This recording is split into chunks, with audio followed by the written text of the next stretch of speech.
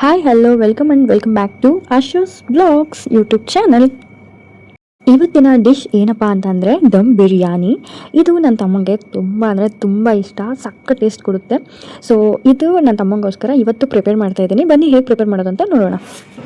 ಮೊದಲನೇದಾಗಿ ginger garlic ಪೇಸ್ಟ್ನ ಮಾಡಿ ಎತ್ತಿಟ್ಕೊಂಡಿದ್ದೀನಿ. ಜೊತೆಗೆ ಚಿಕನ್ಗೆ ಅರಿಶಿನ, ಉಪ್ಪು, ಕರ್ಡ್ ಹಾಕ್ಕೊಂಡು ಮ್ಯಾರಿನೇಟ್ ಮಾಡಿ ಎತ್ತಿಟ್ಕೊಂಡಿದ್ದೀನಿ. ಕೊತ್ತಂಬರಿ ಪುದೀನ ಚಿಕ್ಕದಾಗಿ ಕಟ್ ಮಾಡಿ ಎತ್ತಿಟ್ಕೊಂಡಿದ್ದೀನಿ. ಚಿಲ್ಲಿ, ಆನಿಯನ್, ಟೊಮೊಟೊನ ಕಟ್ ಮಾಡಿ ಎತ್ತಿಟ್ಕೊಂಡಿದ್ದೀನಿ. ಈ ಕಡೆ ಮೆಂತೆನ ನೆನೆಸಿ ಇಟ್ಕೊಂಡಿದ್ದೀನಿ. ಇದಕ್ಕೆ ಬೇಕಾಗಿರುವಂತಹ ಸ್ಪೈಸಸ್ನ ರೆಡಿ ಮಾಡ್ಕೊತಾ ಇದ್ದೀನಿ. ಪಲಾವ್ಗೆ ಆರು ಬಿರಿಯಾನಿಗೆ ನಾವು ಯೂಶ್ವಲಿ ಯೂಸ್ ಮಾಡ್ತೀವಲ್ಲ, ಅದೇ ಸ್ಪೈಸಸ್ ಸಾಕು. ನಾನಿಲ್ಲಿ ಏಲಕ್ಕಿ, ಚಕ್ಕೆ, ಲವಂಗನ ತೊಗೊಂಡಿದ್ದೀನಿ. ಜೊತೆಗೆ ಒಂದು 3 ಪಲಾವ್ ಎಲೆ ತೊಗೊಂಡಿದ್ದೀನಿ. ಬನ್ನಿ ಹೇಗೆ ಮಾಡೋದು ಅಂತ ನೋಡೋಣ. ಫಸ್ಟು ಒಂದು ಪಾತ್ರೆ ಬಿಸಿ ಮಾಡಿಕೊಂಡು ಅದಕ್ಕೆ ಆಯಿಲ್ ಹಾಕ್ಕೊತಾ ಇದ್ದೀನಿ. ಯೂಶ್ವಲಿ ಬಿರಿಯಾನಿಗೆ ಸ್ವಲ್ಪ ಆಯಿಲ್ 1-2 ಸ್ಪೂನ್ ಜಾಸ್ತಿ ಇದ್ದರೆ ಚೆನ್ನಾಗಿರುತ್ತೆ. ಇವಾಗ ಮೆಂತ್ಯ ಸೊಪ್ಪನ್ನ ಕಟ್ ಮಾಡಿ ಎತ್ತಿಟ್ಕೊತಾ ಇದ್ದೀನಿ. ನೆಕ್ಸ್ಟು ಪಾತ್ರೆಲಿ ಎಣ್ಣೆ ಹಾಕ್ಕೊಂಡಿದ್ವಲ್ಲ, ಅದಕ್ಕೆ ಪಲಾವ್ ಎಲೆ ಹಾಕೋತಾ ಇದ್ದೀನಿ. ಪಲಾವ್ ಎಲೆ ಸ್ಪೈಸಸ್ ಹಾಕೋತಾ ಇದ್ದೀನಿ. ಪಲಾವ್ ಎಲೆ ಜೊತೆಗೆ ಸ್ವಲ್ಪ ಎಣ್ಣೆ ಕಾದ ನಂತರ ಸ್ಪೈಸಸ್ ಎಲ್ಲ ಆ್ಯಡ್ ಮಾಡ್ಕೊಬೋದು. ಸ್ಪೈಸಸ್ ಎಲ್ಲ ಹಾಕಿದ್ಮೇಲೆ ನಾನು ಕಸೂರಿ ಮೇಥಿ ಕೂಡ ಆ್ಯಡ್ ಮಾಡ್ಕೊತಾ ಇದ್ದೀನಿ. ಕಸೂರಿ ಮೇಥಿ ಹಾಕ್ಕೊಂಡು ಸ್ವಲ್ಪ ಪುದೀನ ಹಾಕೋತಾ ಇದ್ದೀನಿ. ಪುದೀನೂ ಸ್ವಲ್ಪ ಫ್ರೈ ಮಾಡ್ಕೊಳ್ಬೇಕು. ಅದು ಸ್ವಲ್ಪ ಆಯಿಲಲ್ಲಿ ರೋಸ್ಟ್ ಆದಮೇಲೆ ಹಸಿಮೆಣ್ಸಿನ್ಕಾಯಿನ ಆ್ಯಡ್ ಮಾಡ್ಕೊತಾ ಇದ್ದೀನಿ. ನಾವೇನು ಉದ್ದಕ್ಕೆ ಚಿಕ್ಕದಾಗಿ ಕಟ್ ಮಾಡಿ ಎತ್ತಿಟ್ಕೊಂಡಿರ್ತೀವಲ್ಲ, ಆ ಹಸಿಮೆಣ್ಸಿನ್ಕಾಯಿನ ಆ್ಯಡ್ ಮಾಡಿಕೊಂಡು ಫ್ರೈ ಮಾಡ್ಕೊಳ್ಬೇಕು. ಅದು ಸ್ವಲ್ಪ ಬ್ರೌನಿಷ್ ಆಗಿ ಚೆನ್ನಾಗಿ ಆಯಿಲಲ್ಲಿ ಫ್ರೈ ಆದಮೇಲೆ ಆನಿಯನ್ನ ಆ್ಯಡ್ ಮಾಡ್ಕೊಳ್ಬೇಕು. ಆನಿಯನ್ನ ಆ್ಯಡ್ ಮಾಡಿಕೊಂಡು ಫುಲ್ಲು ಗೋಲ್ಡನಿಶ್ ಆಗೋವರೆಗೂ ಚೆನ್ನಾಗಿ ಫ್ರೈ ಮಾಡ್ಕೋಬೇಕು. ಆನಿಯನ್ ಎಷ್ಟು ಚೆಂದ ಫ್ರೈ ಮಾಡ್ಕೊತೀವೋ ಅಷ್ಟು ಚೆನ್ನಾಗಿ ಟೇಸ್ಟ್ ಕೊಡುತ್ತೆ. ಯೂಶ್ವಲಿ ಎಲ್ಲ ಟೈಪ್ಸ್ ಆಫ್ ಬಿರಿಯಾನೀಸಲ್ಲಿ ಆನಿಯನ್ನ ಚೆನ್ನಾಗಿ ಡೀಪ್ ಫ್ರೈ ಮಾಡಿಕೊಂಡ್ರೆ, ಅದು ಬ್ರೌನಿಶ್ ಆಗೋವರೆಗೂ, ಗೋಲ್ಡನಿಶ್ ಆಗೋವರೆಗೂ ಚೆನ್ನಾಗಿ ಫ್ರೈ ಮಾಡಿಕೊಂಡ್ರೆ ಒಳ್ಳೆ ಟೇಸ್ಟ್ ಕೊಡುತ್ತೆ. ಡೆಫಿನೆಟ್ಲಿ ಎಲ್ಲ ಟೈಪ್ಸ್ ಆಫ್ ಬಿರಿಯಾನಿನಲ್ಲಿ ಫ್ರೈ ಮಾಡಿ ಚೆನ್ನಾಗಿರುತ್ತೆ. ಇದಕ್ಕೆ ನಾನಿವಾಗ ಚಿಕನ್ನ ಆ್ಯಡ್ ಮಾಡ್ಕೊತಾ ಇದ್ದೀನಿ. ನಾವೇನು ಮ್ಯಾರಿನೇಟ್ ಮಾಡಿ ಎತ್ತಿಟ್ಕೊಂಡಿರ್ತೀವಲ್ಲ, ಆ ಚಿಕನ್ನ ಆ್ಯಡ್ ಮಾಡಿಕೊಂಡು ಚೆನ್ನಾಗಿ ಅದು ಒಂದು 70% ಬಾಯ್ಲ್ ಆಗಬೇಕು, ಅಲ್ಲಿವರೆಗೂ ಫ್ರೈ ಮಾಡ್ಕೊಳ್ಳಿ. ಇದು ಫ್ರೈ ಆಗ್ತಾ ನಾನಿಲ್ಲಿ ಕಲರ್ಸ್ನ ರೆಡಿ ಮಾಡ್ಕೊತಾ ಇದ್ದೀನಿ.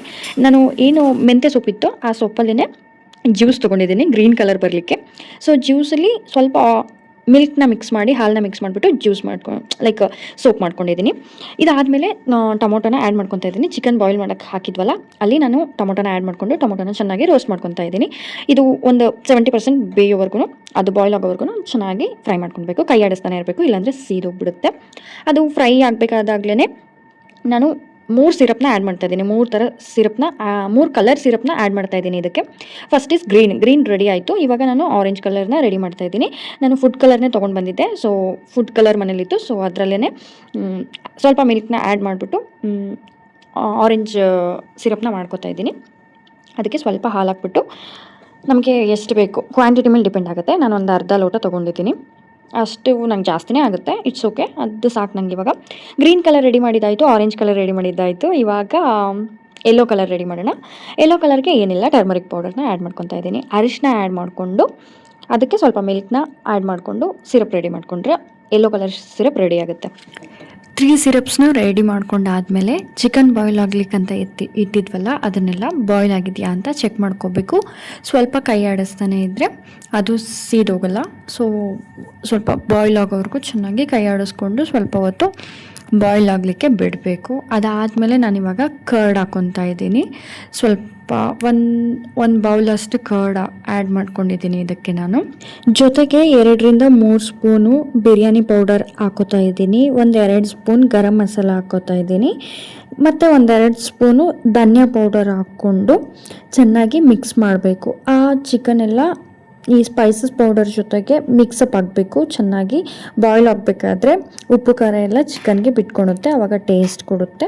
ಸೊ ಆ ರೀಸನು ಚೆನ್ನಾಗಿ ಮಿಕ್ಸ್ ಮಾಡ್ಕೊಳ್ಬೇಕು. ಮಿಕ್ಸ್ ಮಾಡಿಕೊಂಡು ಚೆನ್ನಾಗಿ ಬಾಯ್ಲ್ ಆಗಬೇಕಾದ್ರೆ ಇದಕ್ಕೆ ಜೊತೆಗೆ ಖಾರದ ಪುಡಿನ ಆ್ಯಡ್ ಮಾಡ್ಕೊತಾ ಇದ್ದೀನಿ. 1.5 ಸ್ಪೂನಿಂದ 2 ಸ್ಪೂನು ಖಾರ, ನಿಮಗೆ ತಕ್ಕಂತೆ ಖಾರ, ರುಚಿಗೆ ತಕ್ಕಂತೆ ಖಾರದ ಪುಡಿನ ಆ್ಯಡ್ ಮಾಡ್ಕೊಬೇಕು. 1-2 ಸ್ಪೂನ್ ಆ್ಯಡ್ ಮಾಡ್ಕೊಳ್ಳಿ. ನಾರ್ಮಲ್ ಸ್ಪೈಸಿ ಇದ್ದರೆ ಒಂದು 3 ಸ್ಪೂನ್ಸ್ ಆ್ಯಡ್ ಮಾಡ್ಕೊಳ್ಬೋದು. ನಾವು ಆಲ್ಮೋಸ್ಟ್ ಎಲ್ಲ ಸ್ಪೈಸಸ್ ಹಾಕ್ಕೊಂಡಿದ್ದೀವಲ್ಲ, ಸೊ ಹಾಕ್ಕೊಂಡ್ರೆ ನಡೆಯುತ್ತೆ. ಅದ್ರ ಜೊತೆಗೆ ಸ್ವಲ್ಪ ಸಾಲ್ಟ್ನ ಆ್ಯಡ್ ಮಾಡ್ಕೊತಾ ಇದ್ದೀನಿ. ರುಚಿಗೆ ತಕ್ಕಷ್ಟು ಉಪ್ಪನ್ನ ಹಾಕ್ಕೋಬೋದು, ಕ್ವಾಂಟಿಟಿ ಮೇಲೆ ಡಿಪೆಂಡ್ ಆಗುತ್ತೆ. ಸೊ ಇದನ್ನಿಷ್ಟು ಹಾಕ್ಕೊಂಡು ಚೆನ್ನಾಗಿ ಮಿಕ್ಸ್ ಮಾಡ್ಕೊಳ್ಬೇಕು ಚಿಕನ್ಗೆ.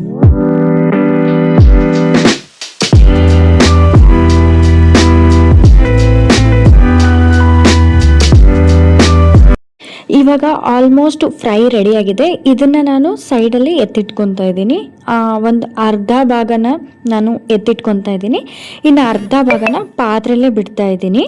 ಪಾತ್ರೆಯಲ್ಲಿ ಬಿಟ್ಟಿರೋ ಚಿಕನ್ನ ಏನು ಮಾಡೋದು ಅಂತ ನೆಕ್ಸ್ಟ್ ಹೇಳ್ತೀನಿ. ನಾವು ಅರ್ಧ ಎತ್ತಿಟ್ಕೊಂಡಿರೋ ಚಿಕನಿಗೆ ನಾನು ಶುಂಠಿ ಬೆಳ್ಳುಳ್ಳಿ ಪೇಸ್ಟ್ನ ಹಾಕ್ಬಿಟ್ಟು ಚೆನ್ನಾಗಿ ಆಯಿಲ್ ಎಲ್ಲ ಬಿಟ್ಕೊಳೋವರೆಗೂ ಚೆನ್ನಾಗಿ ರೋಸ್ಟ್ ಮಾಡ್ಕೊತಾ ಇದ್ದೀನಿ. ಇದನ್ನು ಡೀಪ್ ಫ್ರೈ ಮಾಡಬೇಕು. ನಾವು ಚಿಕನ್ ಜೊತೆಗೇ ಶುಂಠಿ ಬೆಳ್ಳುಳ್ಳಿ ಪೇಸ್ಟ್ ಹಾಕಿನೂ ಕೂಡ ನಾವು ಚಿಕನ್ ಫ್ರೈನ ರೆಡಿ ಮಾಡ್ಕೋಬೋದು.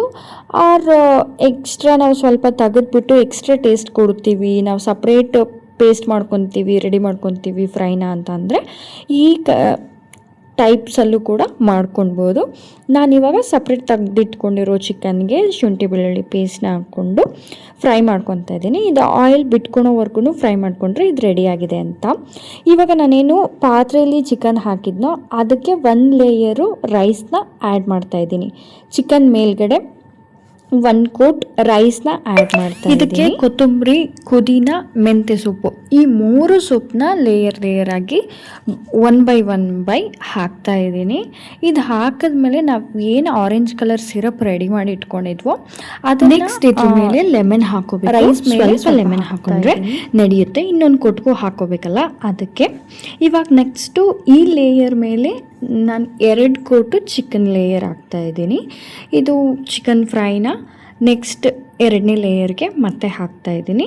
ಇದ್ರ ಜೊತೆಗೆ ಸೇಮ್ ರೋಟೀನ್ ಕಂಟಿನ್ಯೂ ಆಗುತ್ತೆ. ರೈಸ್ನ ಹಾಕೋತಾ ಇದ್ದೀನಿ ಇವಾಗ ಕಂಪ್ಲೀಟಾಗಿ 1 ಕೋಟ್ ರೈಸ್ನ ಹಾಕ್ಕೊಂಡು ಅದ್ರ ಮೇಲೆ ಇವಾಗ ಕೊತ್ತಂಬರಿ ಮತ್ತು ಪುದೀನ ಮತ್ತು ಮೇಥಿ ಈ 3 ಸೊಪ್ಪನ್ನ ರೌಂಡ್ ಶೇಪಲ್ಲಿ ಹಾಕೋತಾ ಇದ್ದೀನಿ. ನಾನು ಕಂಪ್ಲೀಟಾಗಿ 3 ಸೊಪ್ಪನ್ನ ರೌಂಡ್ ಶೇಪಲ್ಲಿ ಹಾಕೊಬೇಕು.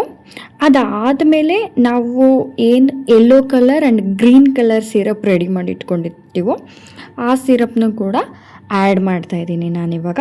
ಅದ್ರ ಜೊತೆಗೆ ಆರೆಂಜ್ ಕಲರ್ ಏನು ನಮಗೆ ಫಸ್ಟ್ ಕೋಟ್ ಹಾಕಿ ಮಿಕ್ಕಿರುತ್ತೋ ಅದನ್ನು ಕೂಡ ಜೊತೆಗೆ ಸೇರಿಸ್ಕೊಬೇಕು. ಇದಿಷ್ಟು ಸೇರಿಸ್ಕೊಂಡ್ಮೇಲೆ ಲಾಸ್ಟಲ್ಲಿ ಫೈನಲ್ ಟಚ್ ಲೆಮನ್ ಎಗೈನ್ ಹಾಕೋಬೇಕು.